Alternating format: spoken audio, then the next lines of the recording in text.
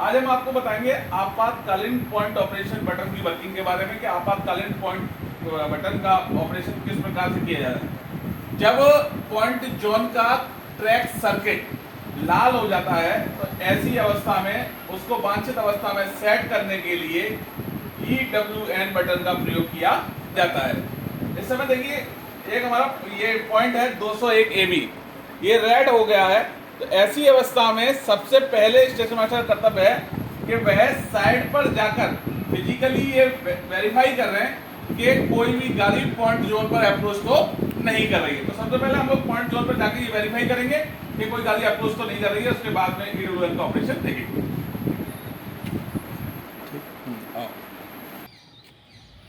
अब हम ये पॉइंट पर पहुंच चुके हैं और ये देखिए पॉइंट जोन एकदम साफ है, यहाँ पर कोई भी गाड़ी अप्रोच नहीं कर रही है।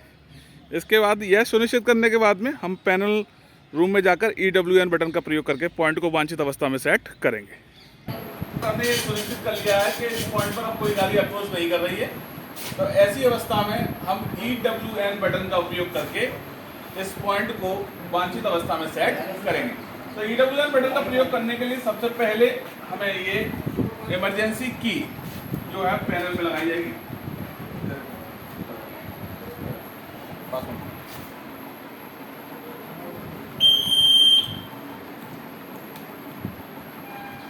इमरजेंसी की लगाने के बाद में पैनल पर EWN की सील को तोड़ लिया जाएगा।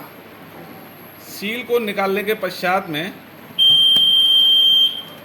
ये सील यहाँ से ली जाएगी।